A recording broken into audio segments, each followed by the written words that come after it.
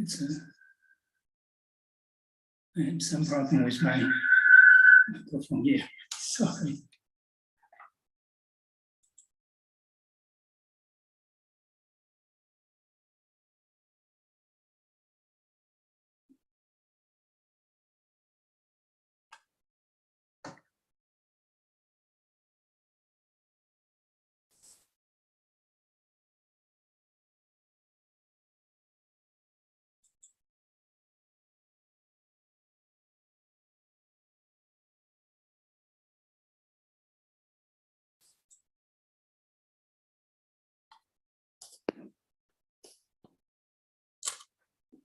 So, can people hear me?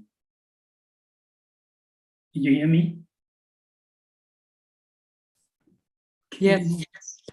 Sorry, I have some problem with my microphone. So, good evening, everyone. And I'm very happy to have Dr. Hudaya here today to talk about this wonderful place in Indonesia. I don't even know how to say that. And Dr. Hudaya was from Indonesia, and I think he came to CTTP in '95, the year the Vietnamese entered the Manila. And he took his wife and the 2 daughters. And actually later on, I believe they have a 3rd daughter. So all 3 of them graduated from girls' school here. And Dr. Hudaya also got his PhD degree with the GTU, Berkeley, in 2004. And he has been working in the field, I think, in the Nevada Center for this tax thing. So he's an expert in this place called the Borobudor. So he gave a talk several years ago at Buddha Hall. That was many years ago. Probably people forgot about that already. So I think it's a good time for him to talk about the place. Also, I think we have many newcomers. So no further ado, I will ask Dr. Hudaya to start. Go ahead. Okay. Thank you so much, Dharma Master Yong. And first of all, I would like to thank DRBA for allowing to give a talk on Borobudor. And of course, I also want to express my gratitude for being supported all the way from 95 to this day. So my acquaintance with the DRBA went back to the year 1976, I believe, when Dharma Master Heng Kwan came to visit Indonesia along with the Master. And I met Dharma Master Kwan at that time, and then aspired to come to the city of 10,000 Buddhas at that time. But the situation and conditions didn't allow me to go until 95. So now it's been since 1976, that means almost more than 45 years. So it's a long time. So after 95, I concentrate to study Indonesian Buddhism and specialize in studying Borobudur. So today, this is what I'm going to share with you, all the results of my study on Borobudur. And to do it straight right to my presentation, I will start sharing screen. So please allow me to do that, and I will read my paper so that everybody can understand more or less systematically. You can share your screen yourself. Yes. See the, yeah, just click share screen. And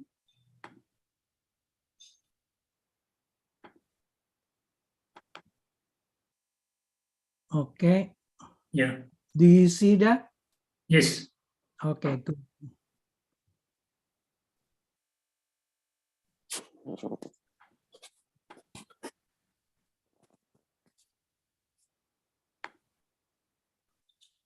Okay. So Borobudur, or the name of Borobudur, originates from Sinhalese, Wara Budur.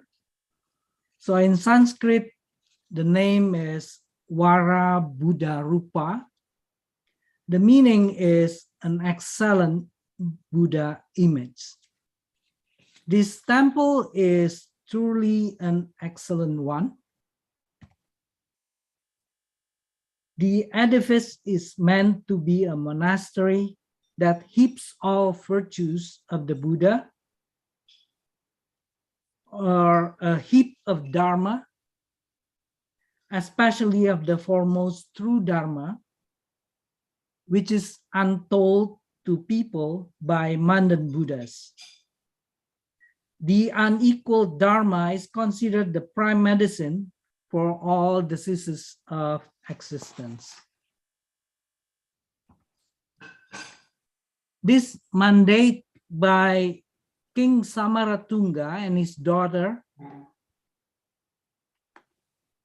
Princess Pramodawardhani, is inscribed on an inscription called the Kayuwungan, which is also an inscription consecrating Borobudur. Princess Pramodawardhani consecrated it on May 26, the year 824. So almost 1200 years ago. The Kayuwungan inscription praises King Samaratunga and Princess Pramodawardhani using the terms great wisdom and virtue, devotion, and conducts of Buddha.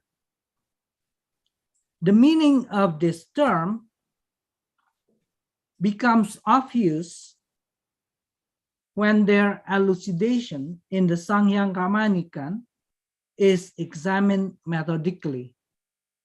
In this text, those terms indicate elevated spiritual attainment. At the same time, the terms reveal a strong relationship among the Kayuwungan inscription, the Sangyang Kamanikan, this book that I show you on the screen, and Borobudur. The Kayuwungan inscription explains that the top of Borobudur is an altar formed like a wheel due to the prince's design. This altar is an abode for the jinas, or the fields of Buddha. The main stupa crowns the top of Borobudur so that spiritually it becomes like the origin and the ultimate of Borobudur. The main stupa also presides over the whole crowd at Borobudur, and therefore is called the Lord of the Multitude, the Lord of all virtues, the Lord of dense mysteries, or Sri Gananatha. The multiple meanings occur because the word Gana in the name Sri Gananatha in Sanskrit has many meanings. Other than multitude, the Sanskrit Gana means auspicious virtues, solid or dense mysteries, and the cube of a number, etc. The multitude referred to by the Kayuwungan inscriptions are the honorable ones being consecrated along Sri Gananatha. Based on the Sangyanga Manikan, Sri Gananatha at Borobudur is the Lord Buddha or the divine light. Buddha images inside the perforated stupas symbolize the triple jewels, or Buddha, Dharma, and Sangha, which are represented by Sakyamuni, Lokeswara, and Vajrapani. Their positions are delicately differentiated by their lattice windows, the so-called bull's eyes.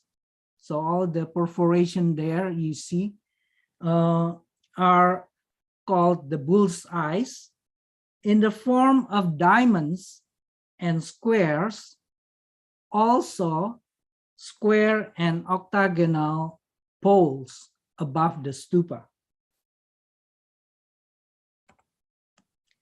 Then Buddha images in the niches above the balustrades on square terraces materialize the 5 Tathagatas, or the 5 Daskam ones, Vairochana at the center, Aksobhya in the east, Ratnasambhava in the south, Amitabha in the west, Amoghasiddhi in the north. So this is the a picture from above to show you the structure of Borobudur, showing the Lord of the Buddha on the top and the main stupa, the triple jewels on the perforated stupas on the circular terraces, and the 5 Daskam ones on the square terraces. All of them establish the multitude of honorable ones who accompany Sri Gananatha at the consecration. Another alias for Sri Gananatha employed by the Kayuwungan inscription is Amula Singha, whose power is infinite. The Sanskrit word Amula Singha literally means the lion to the root, which is obviously a contrast to the Sakya Singha, or the lion of the Sakyans, one epithet of Sakyamuni or Buddha Gautama. That epithet is utilized to refer to the highest divinity, Adi Buddha, who, as said by the Sangyanga Manikan, possesses the power to defeat a powerful enemy and can fulfill all the wishes of all beings, including liberating all beings from being born and wandering through existence. So how do they created that? I'll explain it through a grid work. Creating a womb mandala starts from an odd number grid work. A grid is divided by 3 horizontally and vertically. Its 3 by 3 grid could again be divided by 3 to form a grid of 9 by 9 and so forth. So its grid represents the body, the speech and mind of the Tathagata, or meditation, wisdom, and compassion of Tathagata. So you see 3 by 3, and after 3 by 3 is divided, then it's a layering process. So if you get a 9 by 9 grid, you have 5 layers, starting from the center, first, 2, 3, 4, and 5 layers. If the number 3, or I'll show you that those numbers translate to the number of stupas or Buddha images around Borobudur.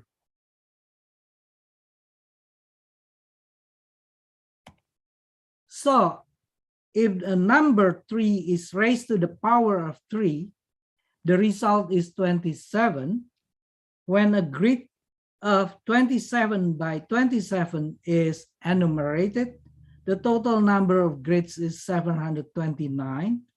The number 729 is the total number of Buddha images on all sides of Borobudur. So you see here in the picture, 108 on each side.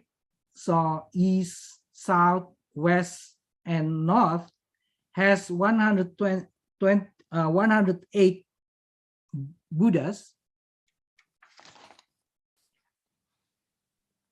And 72 Buddhas inside the perforated stupas, and 9 Buddhas is imagined to be at the main stupa. As such, the odd number grid work at Borobudur is based on the number 27, which is in turn a Ghana of prime number 3. So the 3 to the power of 3. This grid work is the basis for the distribution of Buddha images at Borobudur. By using the same method of arithmetic calculation, one could derive the number for the distribution of panels of relief depicted on Borobudur. The 108 niches enclosing a Buddha image above the balustrade on each side of the square terraces function as Dharma-like door.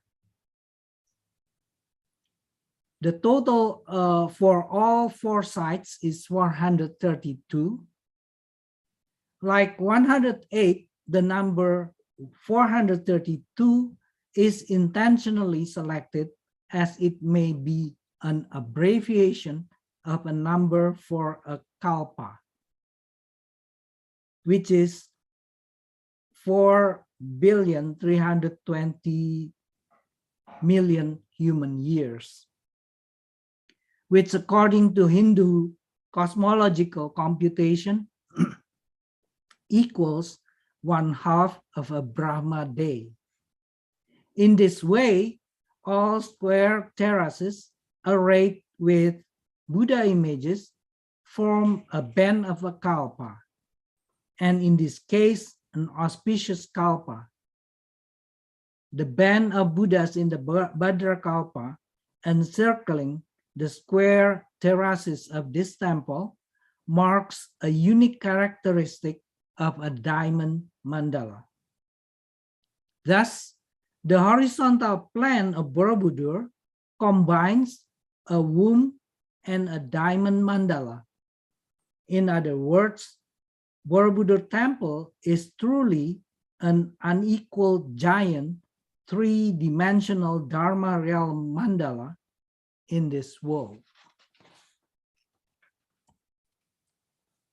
The Kayumungan inscription 2 records that the lower part of Borobudur was enlarged by King Samaratunga to make this temple grow 10-fold. If one counts the stories from the lowest square terrace up to the highest circular terrace, the total is 10 stories. The main stupa is on the 11th layer. Based on this counting, Borobudur is designed to symbolize the 10 Bodhisattva grounds and the main stupa is on the Tathagata ground. The symbolism corresponds to Bhumi Sambara inscribed on the Tritapusan inscription. This name could be traced back to a Sanskrit compound, the place for the Tathagata, Bhumi, recorded in the chapter of Indriya Swara, as well as the compound Bhumi Sambara in the chapter Samantabhadra in the Gandavyuha Sutra.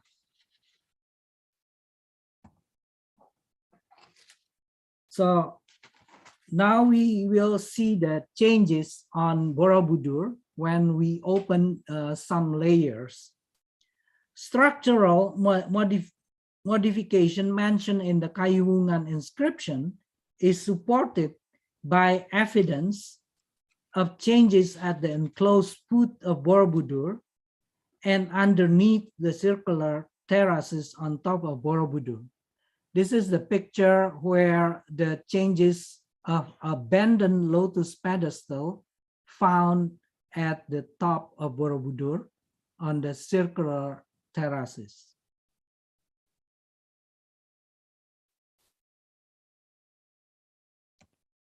This is the changes at the bottom of Borobudur, where we find panels of reliefs coming from the Karwa Vibhanga Sutra was enclosed by stones to enlarge the base of Borobudur. So then we also find that among the 160 panels around the foot of Borobudur, there are some panels which are obliterated, so was intentionally damaged. And then there are some panels which are unfinished. Based on these architectural changes and the standard manual for building a stupa, it becomes clear that the architect of Borobudur originally designed a stupa to commemorate the 4 important holy events in the life of Sakyamuni. So those 4 are the birth, the attaining the Buddhahood, the proclamation of the Dharma, and the parinirvana. But then the design was altered to make Borobudur memorialize the 8 great miracles in the life of Sakyamuni. So in addition to those 4, there are 4 other miracles, and one of them you must have known already, which is the miracle at Sravasti, where the Avatamsaka was proclaimed.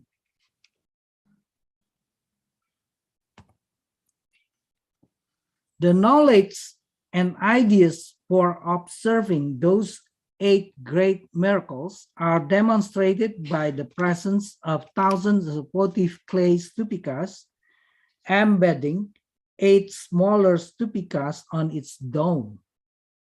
These were excavated from the yard of Borobudur and dated from the period when Borobudur was built.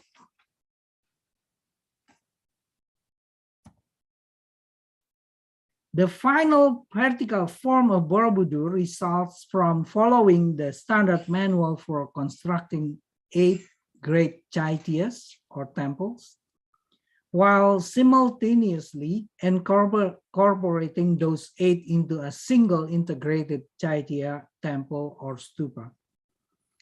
According to their locations, those 8 miracles happen within the perimeter of the region trodden by Sakyamuni.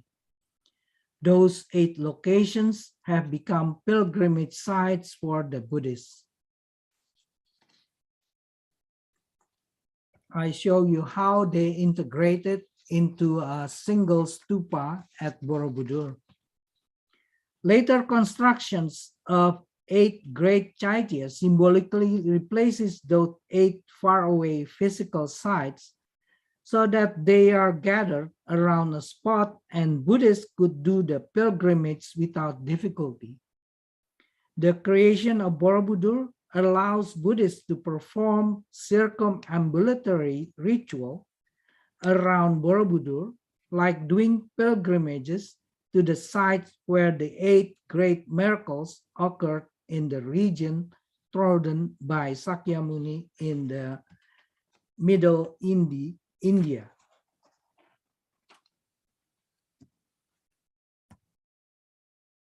The Javanese of the period believed that the region in central Java was a replica of Madhya Desa. So this justifies the building of Borobudur and justifies you can do a circumambulatory procession without going to India.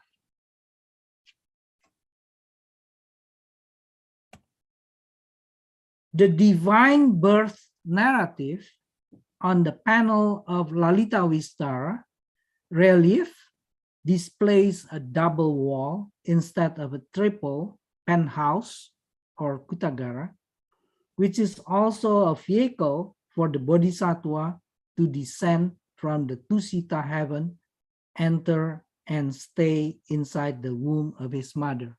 So if you read the sutra called the Lalita Vistara, you will see the panel or the picture on the top in the black white photograph showing devas are taking the penthouse of the Bodhisattva down from the Tusita to the womb of his mother. So on the right side, you see the Bodhisattva in close up picture. You see the double wall. Based on the specification in the Lalita Vistara, one may surmise that the double wall seems to be intentionally sculpted, especially since the top portion of Borobudur can be imagined as representing the exterior tilt wall of the Kutagara. As such, Borobudur consummates Javanese image of Kutagara Sakyamuni, of which embodies several numinous qualities. In the Lotus Sutra, a Kutagara or a penthouse is a stupa and a bodhisattva vehicle. In the Lalita Vistara, a Kutagara could also be interchangeably called a womb, an auspicious womb, a jeweled array, or a shrine. It follows that if the Lalita Vistara may call the architecture of Borobudur a Kutagara Prasada, then in Java, the Sangyang Manikan calls this structure a Stupa Prasada, precisely because the standard Stupa construction manual at the top part of Borobudur epitomizes a stupa, and the bottom part consists of square terraces that signify the steps. From the scheme described above, one could see that Borobudur was intricately synchronized to be a multifaceted edifice and thereby could imitate a cosmic net of Indra. So for Awatamsaka, I believe everybody knows that Dharma Master Fachang in the 8th century showed a cosmic net of Indra by using a lion and mirrors. But here in Borobudur, its major component is multivalent and multifunctional, and thereby could suggest to such an extent that all components are interdependent to each other in exposing the whole gist. To that end, Borobudur will also formulate it to be a mandala for a spiritual practitioner to learn and carry out the vows and conducts of Samantabhadra, or to emulate, internalize, and apply conducts of Buddha, as has been accomplished by Sudana and Sakyamuni. So I show you in Borobudur, there's panels for Gandavyuha with all the 52 Kalyana Mitra, or the spiritual benefactors. If we see it in the terms of Sanskrit title and names, or the role of that Kalyana Mitra, or the spiritual benefactor, the compositions are coming from different paths of life. So the Javanese believe that the spiritual conducts exhibited, especially on the panels of Gandavyuha reliefs, underline the views of Javanese Buddhists of the period. Sudana studied under 52 spiritual benefactors. Those benefactors were men and women, youths and elders, noblemen and commoners, not just from Buddhist circles, but also from other spiritual lineages, such as Mahadeva, Vasumitra, a Bhagavati, or the female devotee of Vishnu, and Sivaragra, or a Brahmana. So you see that according to this table, those Kalyana Mitra belonging to a Buddhist group is only about 25% of all. At Borobudur, Mahadeva on the panel 2104 is explicitly depicted as Shiva. Thus, in accordance with the concept of Indra's net, which underlies the scheme of Borobudur, Buddhism of Borobudur directly emphasizes the highest spiritual attainment can be accomplished through many paths, and this kind of achievement is not owned by only one specific spiritual school.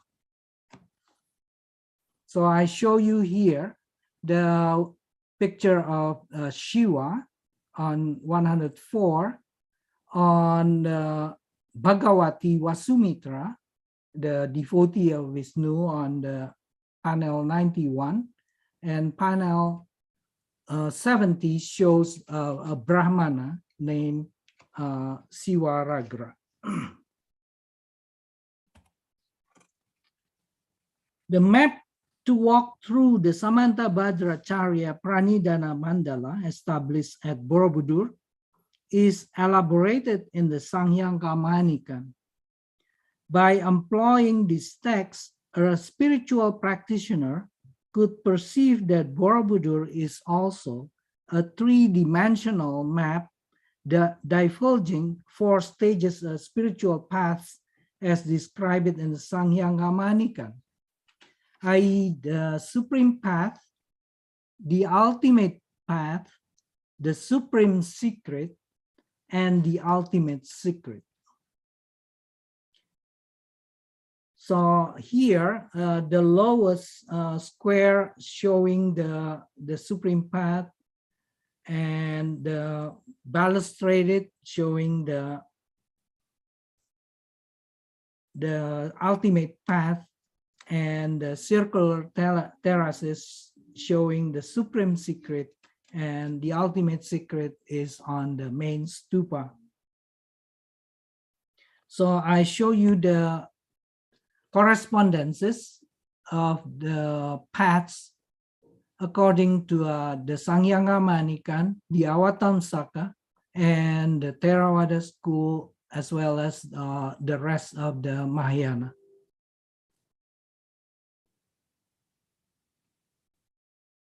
So in here, the square terraces at the base are the venue for performing initiation ritual, placement of offerings, effecting empowerment, and the balustraded square terraces unveil all conducts needed to accomplish the 10 perfections as formulated in the Sangyanga Manikan. I show you the 10 perfections according to the Sangyanga Manikan, which are different to the way we perceive it from the Theravada and Mahayana traditions. You see all the reds are those which correspond to each other, and the black ones are not. So you see the Dasa Paramita, or the 10 perfections in Mahayana, usually including those 4 which are not corresponded at all at the Sangyanga Manikan. But on the other hand, the Sangyanga Manikan has the so-called the 4 divine abodes, the Maitri, Karuna, Mudita, and Upeksa. And I show you further how those are conceived or taught by the Sangyanga Manikan. Those paramitas are considered devis, but different to the way the Vajrayana seeing devis. Here, devis are definitely paramitas and not goddess.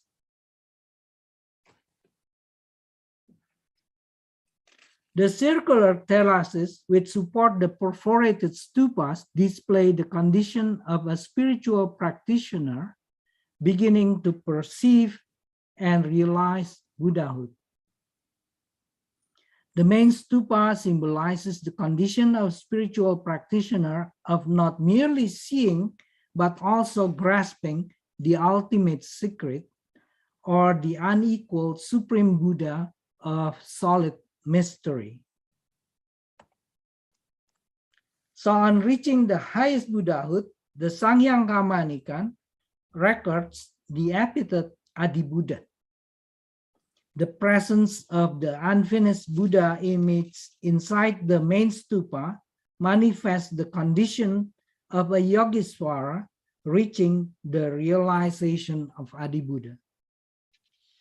The term Buddha Charita, or conducts of Buddha, employed in the Kayumungan inscription and the Sangyanga Manikan, provides an important clue regarding the reasoning behind the selection of sutras displayed as reliefs on the walls of Borobudur square terraces. All sutras sculpted there expound the conducts of Buddha.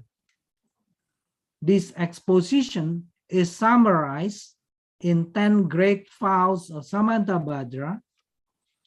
These great vows are also reflected and explicated in the 62 Bhadrachari verses.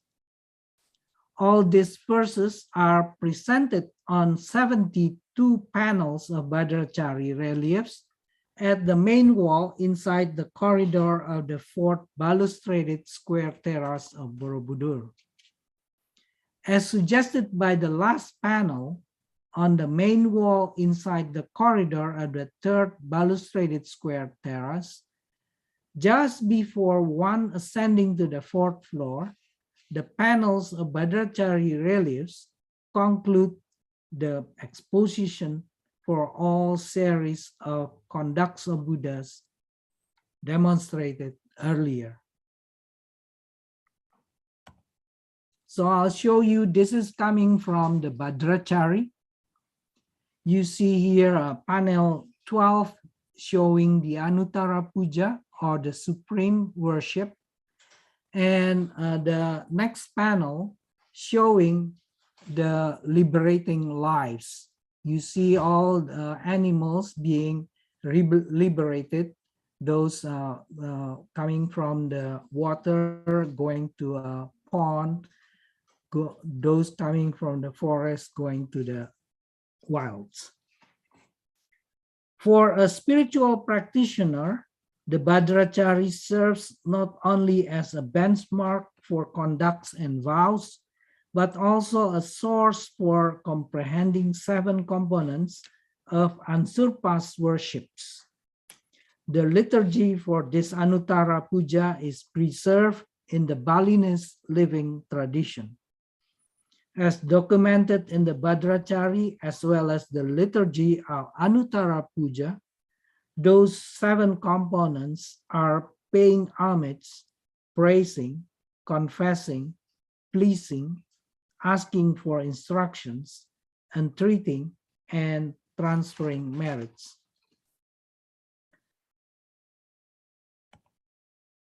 Borobudor existence gives an opportunity to a spiritual practitioner not only to emulate Buddha's conducts, but also to perform rituals of Pradakshina and Anuttara Puja.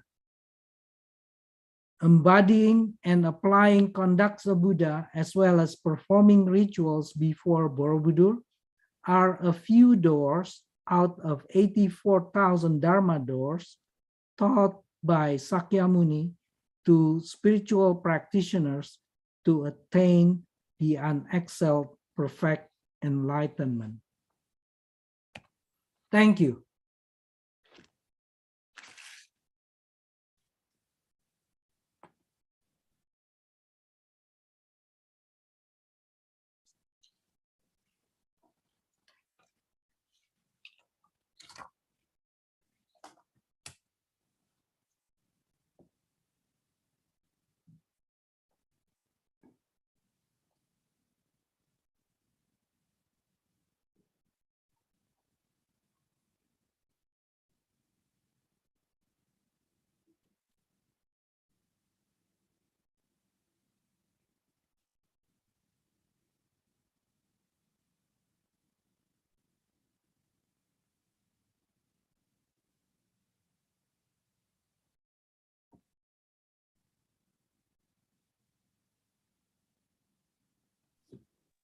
Sorry.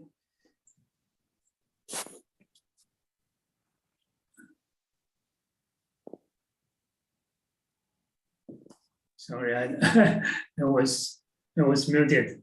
I have a general question to Dr. Hudaya.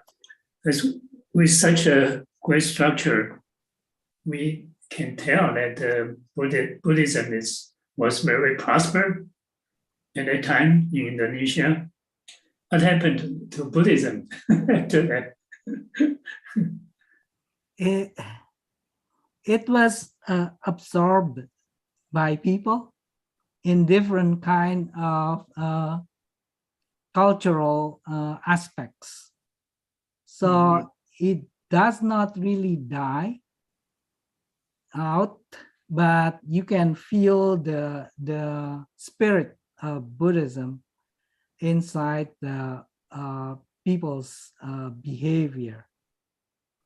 So that's why Indonesia is known for tolerance among religious beliefs, of course, except for those extremes. But otherwise, among people, we usually accept all kind of religious traditions peacefully. So you're talking about Buddhism has become part of the culture? Yes.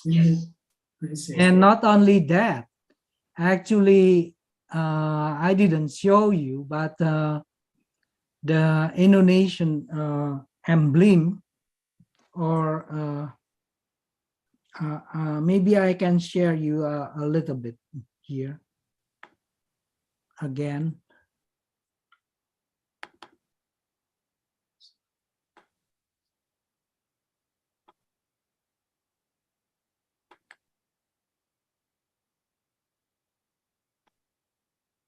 Oops.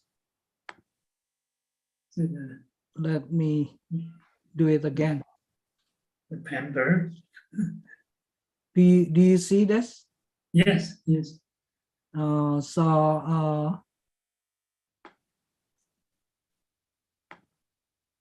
You see this, the eagle? Mm-hmm. So the eagle has a Bhinneka Tunggal Ika down on his hands. So that comes from a Buddhist text. So they are different, and then yet one, but the no dharma is dual. That's the Bhinneka Tunggal Ika refers to. So that's the teaching of pure Advaya, non-dual. So it becomes the motto of the Indonesian state,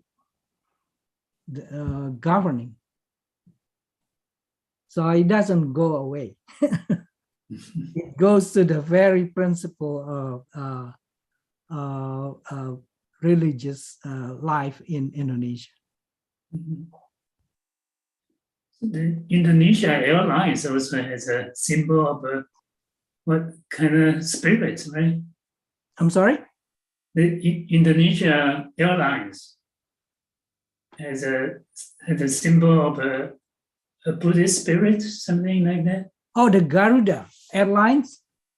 Garuda. Yeah, Garuda is actually the vehicle of Vishnu, but it is taken in many different ways.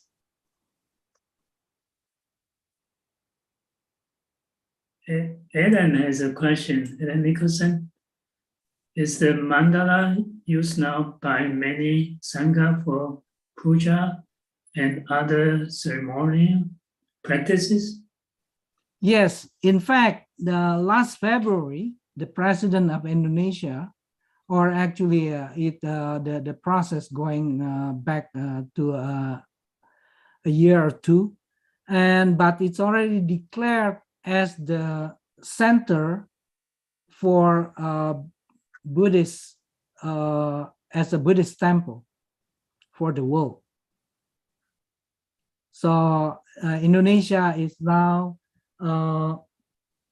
trying to show to the world Borobudur, and becomes a place of worship.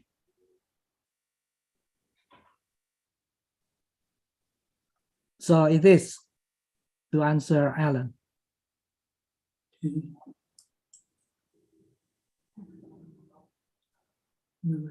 people have other questions?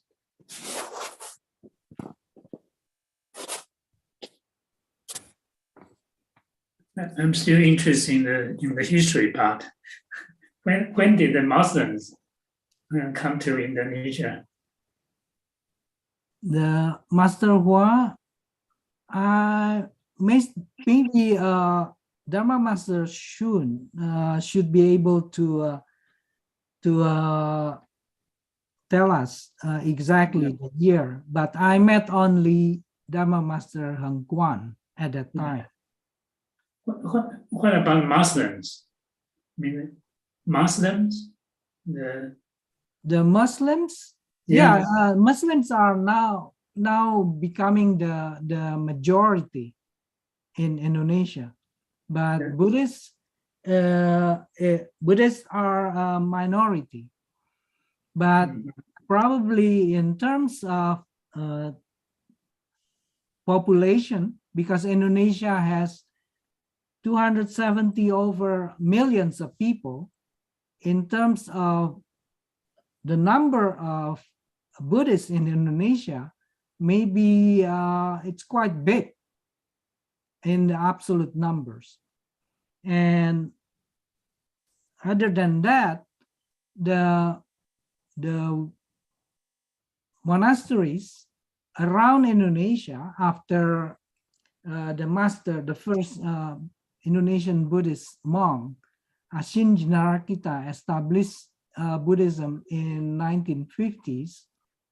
Now the monasteries number more than 3,000 around the whole Indonesia. So quite big in terms of absolute numbers. Most are Theravadas or Mahayana?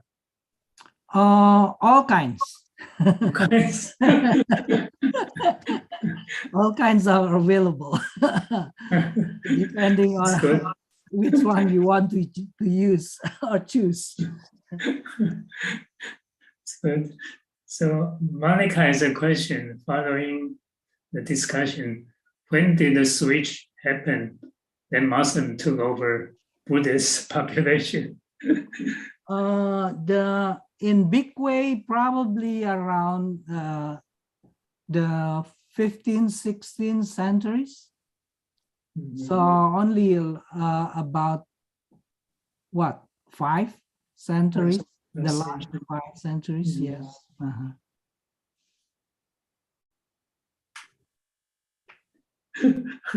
How did it happen? How did that happen? Well, I do not know exactly because I didn't live that time.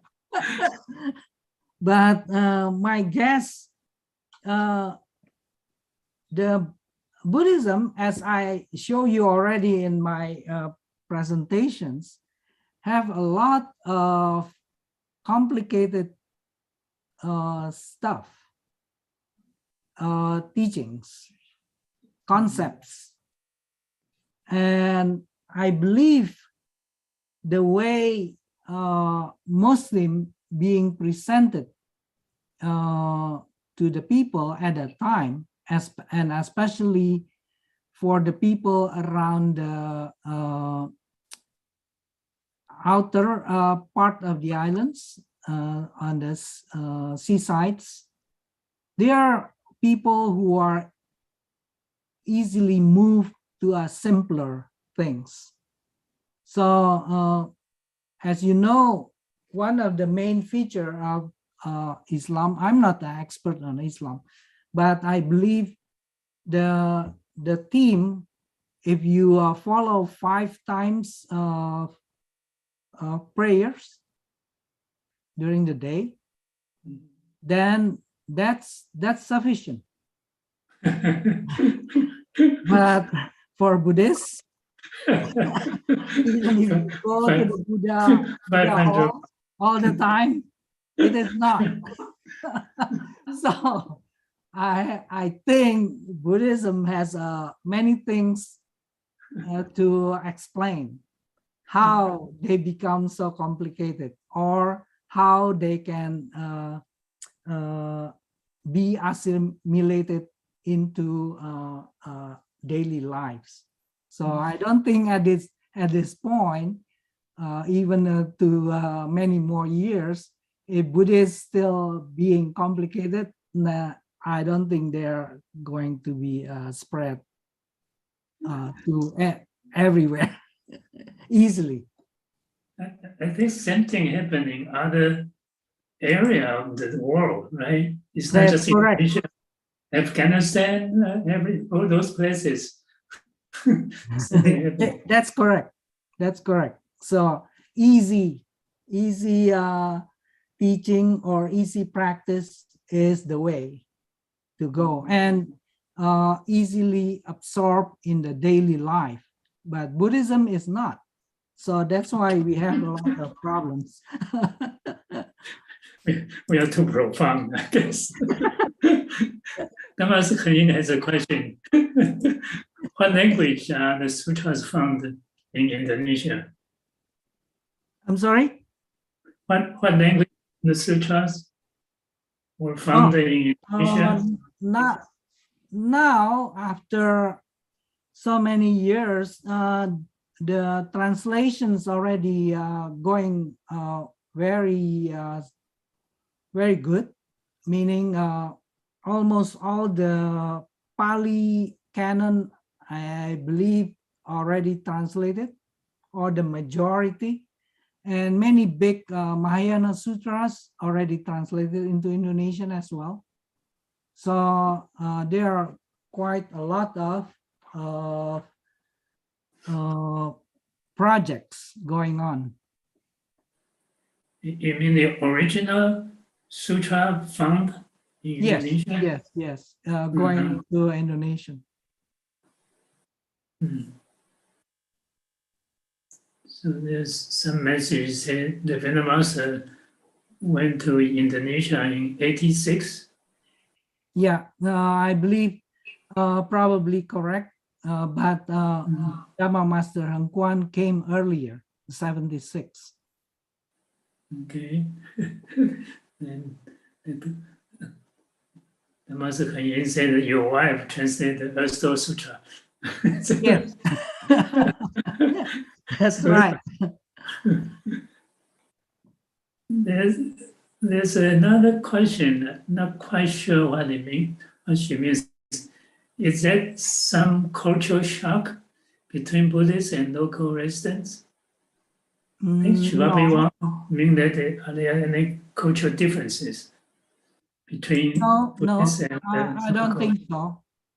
So people are, Indonesian people are familiar with because they probably do not know the exact rituals or the exact concepts. But if you go to Indonesia, you will find the behavior or the background of way of conducting oneself having some kind of Buddhist elements. So it's very common to see that. So I do not see Buddhism dying all the way. It's good.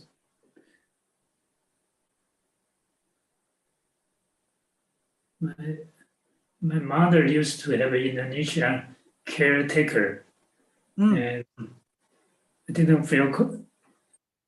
I don't know, because she was very friendly. I was a monk. she was not surprised. She felt comfortable. I believe so.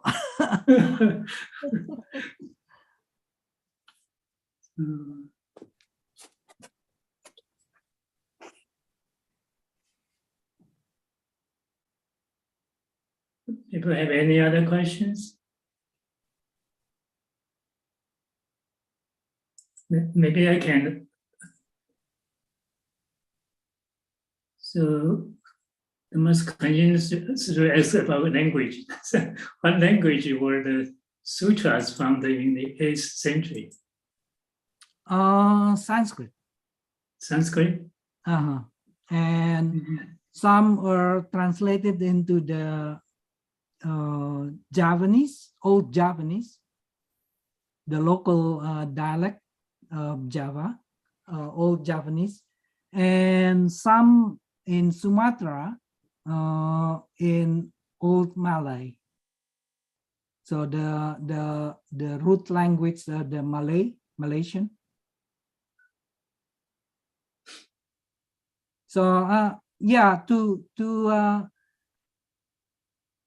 explain a little bit, Indonesia at that time and during the 6th, 7th, 8th, 9th centuries are areas where monks visited, going and coming and going. So if you remember, there are some Buddhist pilgrims from China, especially Dharma Master I Ching. He was in Sumatra for 10 years, studying and translating texts there with Buddhist master, Sakyakirti. And Atisa studied in Sumatra as well with a master also. So both are renowned master. Atisa went there in the early of 11th century with Dharmakirti, and when he returned to India, he spread what he learned in Sumatra in Tibet. So today's Tibetan owe some teachings coming from the Indonesian islands. So there are also other masters who comes from India and staying a while in islands, like Vajrabodhi, the master for Chanyan or Singon, who established Singon actually in China. So Vajrabodhi, Amoga Vajra, and Subhakara Singha not coming through the islands, but those three are the masters for the mystic schools, right? The Chanyan and the True Word school. So Vajrabodhi and Amoga Vajra came through Indonesian islands because they go by boat. And there are many others, Pratnya, for example, who translated the Avatamsaka, the 40 scrolls. Avatamsaka was coming or going through China through the sea route. And probably, I believe his text is one of the base or the version of his text that was inscribed at Borobudur. Mm-hmm.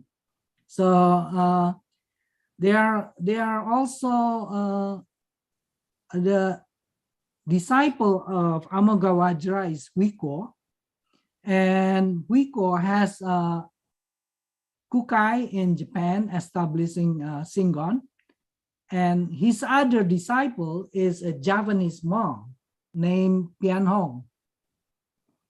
So he stayed in Chang'an at that time, studying with the Master Huiko. So there are quite a lot of cross transmission along the sea route involving the islands of Indonesia at that time. So that's why it's the reason why Borobudur can be established there, because there are some very high-level expertise, high-level experts, masters, and high level of knowledge of Buddhism going around the islands. There's a question, what are the dietary restrictions for Buddhists in Indonesia? Dietary, in the food, any restrictions of food for Buddhists? You mean from the Buddhist side or because of the condition of the country? I'm not quite sure, probably from the country, right? For the country, no, there's nothing. You can find tofu, toge,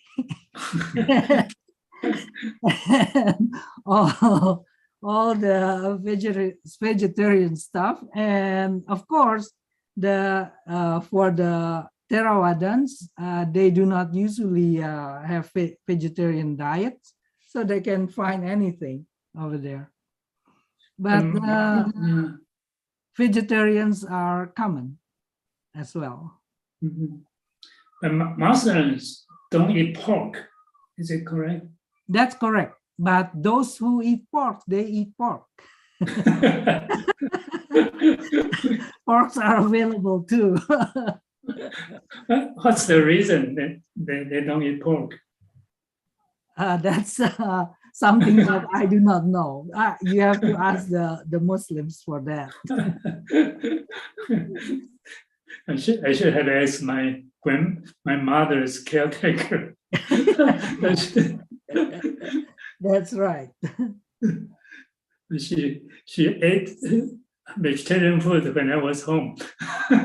She used to follow me. Yeah, but vegetarian diet is quite common among even the not lately because of the influence from the West, I believe. Indonesia is a melting pot actually from all kind of meals from China, from mainland Southeast Asia, from India. So you can all find those. But the Western influence coming from the Dutch, the Spaniards, the Portuguese influence the way the people look at food. So because Western usually emphasis on protein and coming from meat, all kind of meats. So then it becomes common. The same thing happened in, of course, the Muslim too, in India, I believe.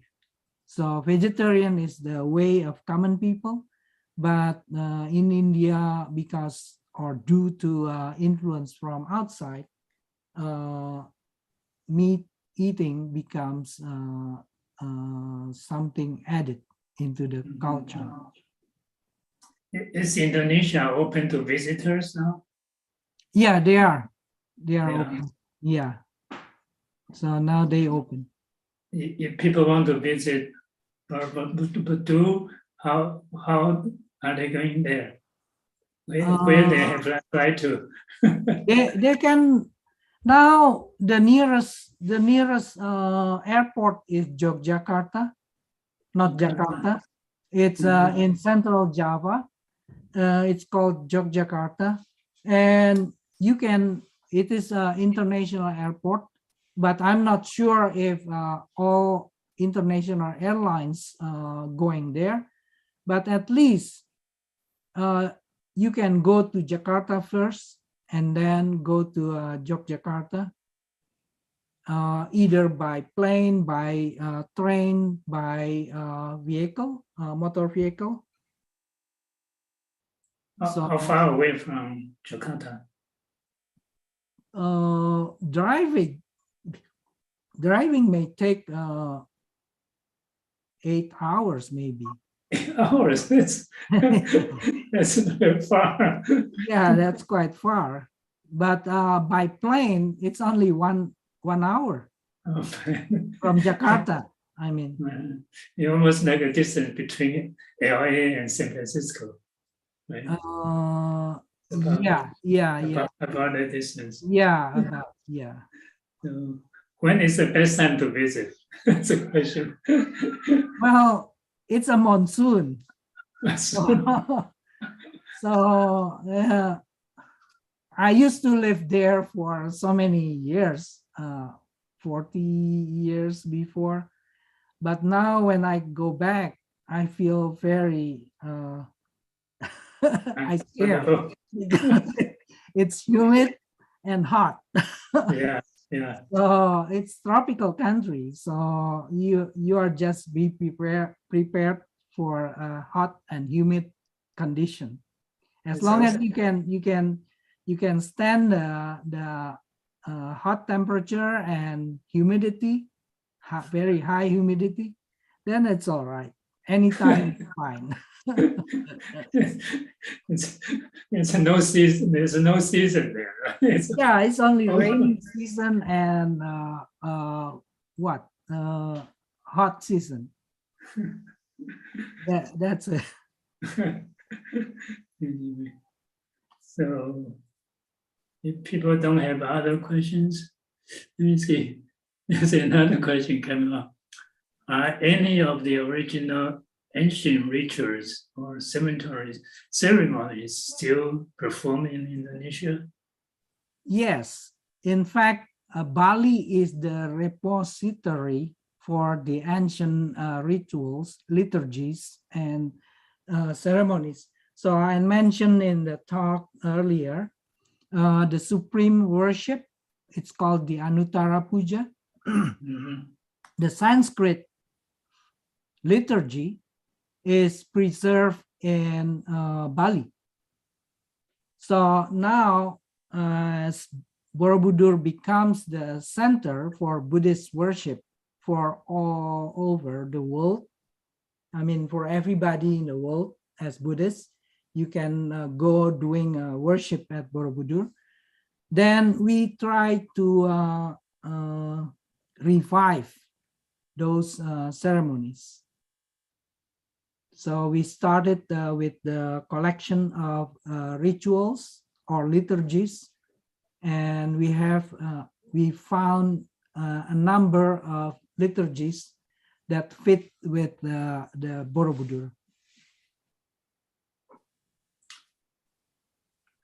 I think what I'll do is to announce next Sunday's event, and people can still ask questions afterwards about it. You can think about questions and you can ask about that later. And I'll just show people what will be going, what we'll do next Sunday. So let me share the screen.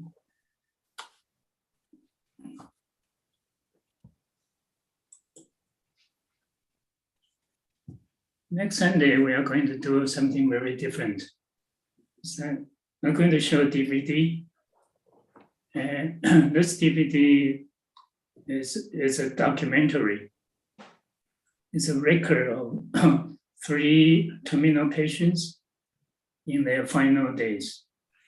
So it can be a very moving thing. It's a true stories.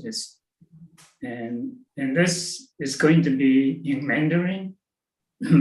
It has the Chinese and the English subtitles. I found that the English subtitles sometimes it's not that clear. So we'll try to arrange the English simultaneous translation. The translator can just read the script if they want, or they can do something else. So this is, and I have a trailer, just maybe under 2 minutes long, can play that the people has some feeling about it. And I'm not sure whether the audio will work or not, because I have problem with my audio in my computer.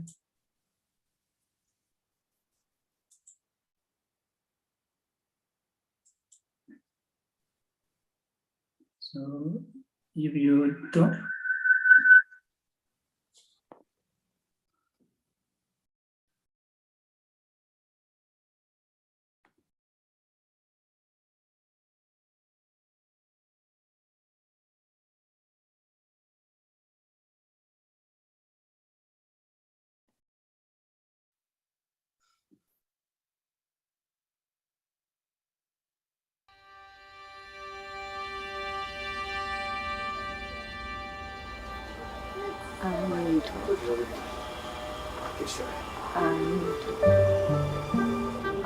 其实我常常会想到自己的死亡。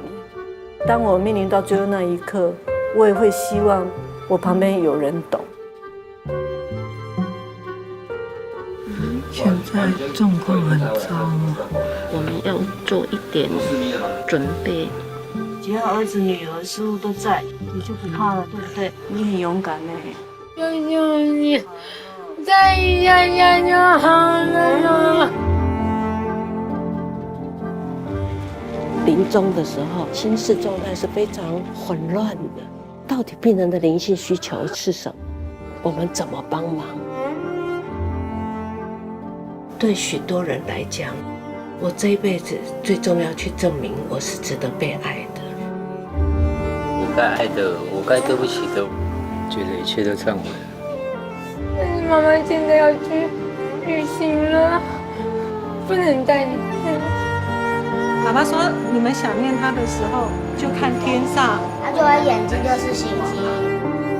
小女儿4岁了，她怎么说呢？她说妈妈有身体，所以妈妈会死；爱没有身体，所以爱不会死。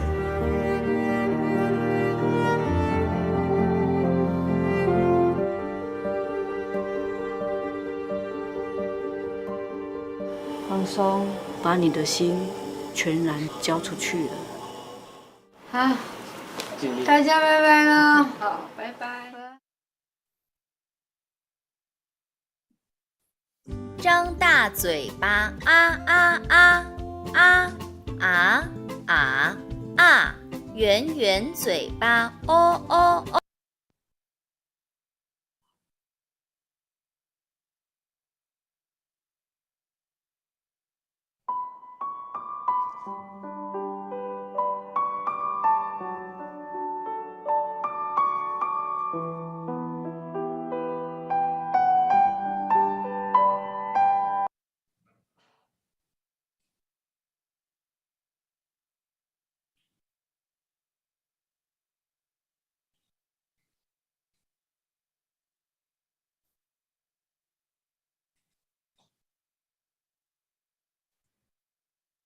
Can you hear me? Yes. Okay. So the one thing is this DVD is copyrighted material. So next Sunday, we cannot record it, and it won't be on YouTube either. So make sure if you want to watch it, you come on time, otherwise you'll miss it. So and that's pretty much what I want to announce for next Sunday. Do people have other questions for Dr. Hudaya? Yeah, my wife sends me a message to show you that what I talk about today is actually a summary of my book, but it was written in Indonesia. So I show you the picture of the book here. Anybody see it? Okay. You want to share your screen? You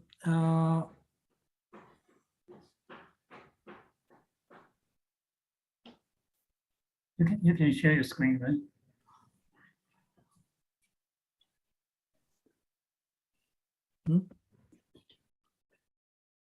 You want to share the book?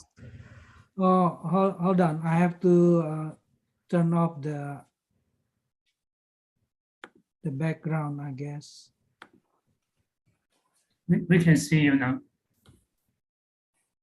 So this is a book actually.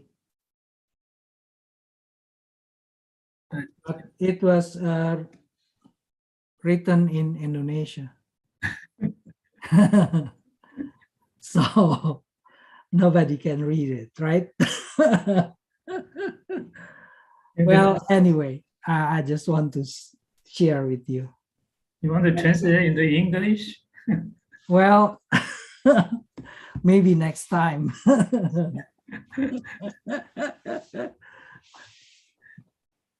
There's a question, can people get a book in US? No, it was published in Indonesia.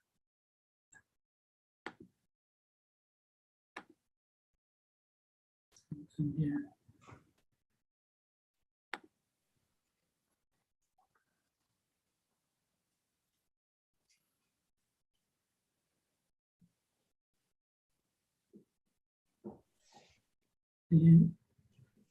Yes.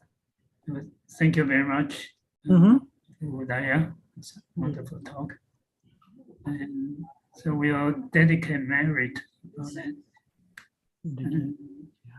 Eden, can you lead us to do the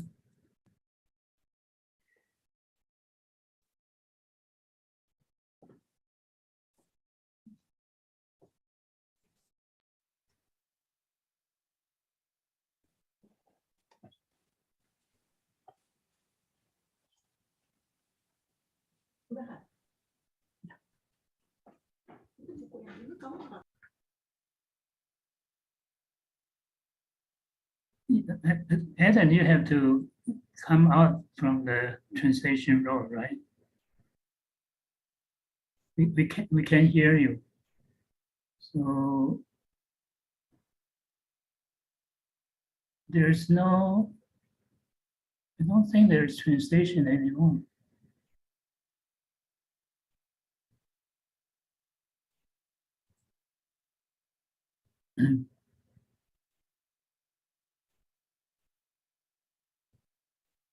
The mother has question. And your translation, I can't find that translator thing. It's not here anymore.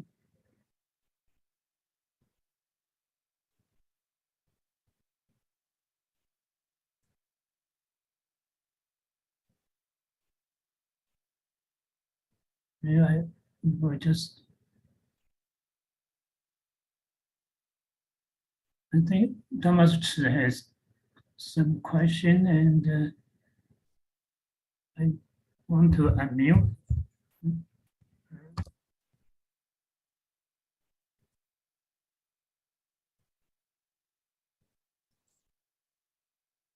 Thomas, you can speak now. You can unmute yourself. Okay, Dr. Hudaya, I visited Borobudor and I was fascinated with it. In fact, I asked Gorji, who was with me, Gorji and his wife, I asked him to go back in the early morning and take a picture of absolutely everything on the upper levels that had to do with Buddhism, and he did. So I have a photo record of all the different scenes at Borobudor. And I always wanted to go on with it and create a book. You've already created the book.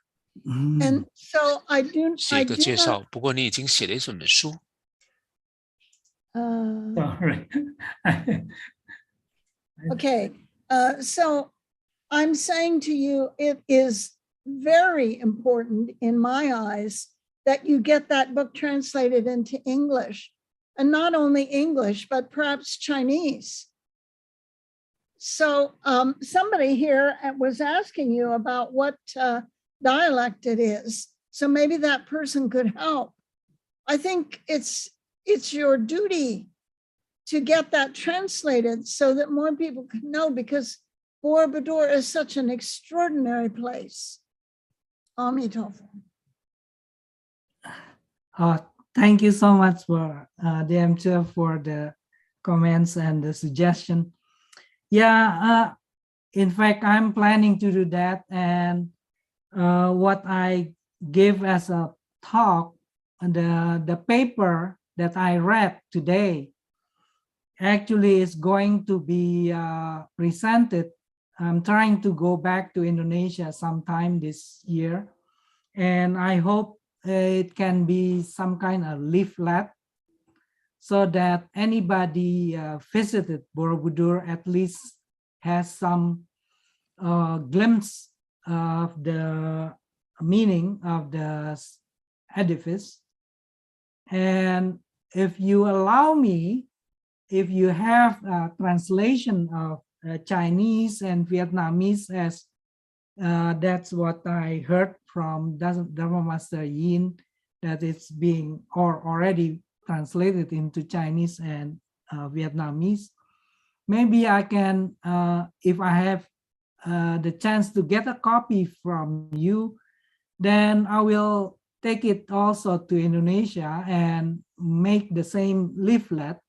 So anybody coming to Borobudur, at least at the beginnings, at this point, can get some kind of leaflet from those in Indonesian, English, Chinese, and Vietnamese, and to be translated into many different languages. As for my book, yes, I do want to translate it, But then, of course, time, because it takes time. The book that I just published, it just happened last year, and now it's being circulated. Actually, a Taiwanese educational institution helped the Buddhists in Indonesia to print some like 10,000 copies and to be distributed for free in Indonesia. So Indonesia has already received, or not even 10,000, 15,000, 50,000 copies printed in Taiwan and was shipped to Indonesia earlier this year. Now it's being distributed among the people, the Buddhists and officials and all people who are related to Borobudur. That's So, wonderful. thank you. Wonderful news. I didn't get to hear all of your lecture, so I'm going to ask a question. If you answered it in your lecture, then I apologize. My question is, because Borobudur is very exposed to the elements, it's open, especially the top floors. Is there a provision in the Indonesian government or among Buddhists to preserve it, to help with wind and rain and sun to try to keep it together? Yes, in fact, just a few months or weeks ago, actually the government is changing the rule to go to Borobudur. Usually everybody can go and go up to the very top of Borobudur, but now every day is limited to 1,200 people only. And then there's also later attempt to prohibit people going up, because that people are coming and they walk over the stone. We think the stone is so hard, but actually by walking and going up at Borobudur, it damaged a little bit to Borobudur, and that's why government and UNESCO actually is also playing a role there to limit people going into the site. Also, from the Buddhist point of view, if you think properly, I don't think at that time when they built Borobudur, it is for everybody to go up. It is only for people who are initiated, because this is a mandala. It is a sacred place. So I believe it is very restricted to any place in the world, any religion. If you have a sacred place, you will find that you are not allowed to go in and out as you wish. So Borobudur was at that time too, I believe, like that. And today, I believe it's good that government is trying to limit people going in and out as they wish. Yes, very good. Thank you. Welcome. Hudaya, there's you see the message in the chat box? Oh. Someone can help the translation into English for you if you need help. Oh. Wonderful. You see that, right? Oh, So, yeah, thank you so much.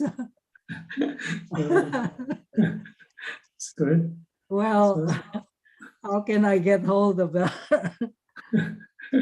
Well, when you do good things, help will be there. It's worthwhile. Wonderful. Okay, she has an email address in the chat box as well. Oh, okay. You see that? Okay, To write it. I'll send that to you. Oh, okay. I'll send it to you. Thank you so much. Okay, so I think it's about time. It's 9 o'clock. We'll end here with Dedicate Mary. So Ellen, I'm going to end the interpretation. Now I know how to do that. So you can get out of the interpretation room. Okay. You are out now, right, Ellen? Amitabha, can Pastor hear me? Yeah, we can hear you now. Oh, okay, Amitabha. So let me share the screen.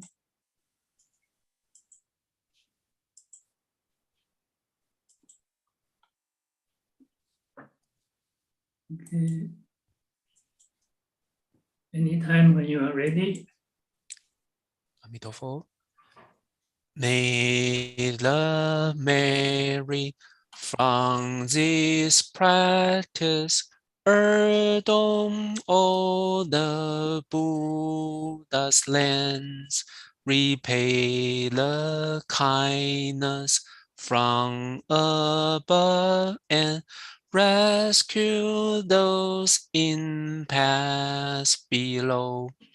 May all who see or hear all this resolve upon awakening, and when this body meets its end, be born together in the land of bliss. It pause.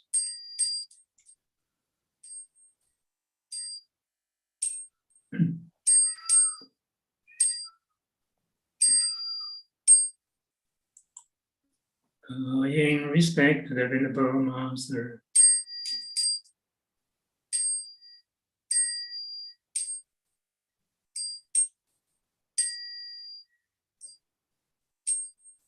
Thank Dr. Hudaya again for such a wonderful talk. And thank Ellen for the translation. Thank everyone's participation. Amitabha.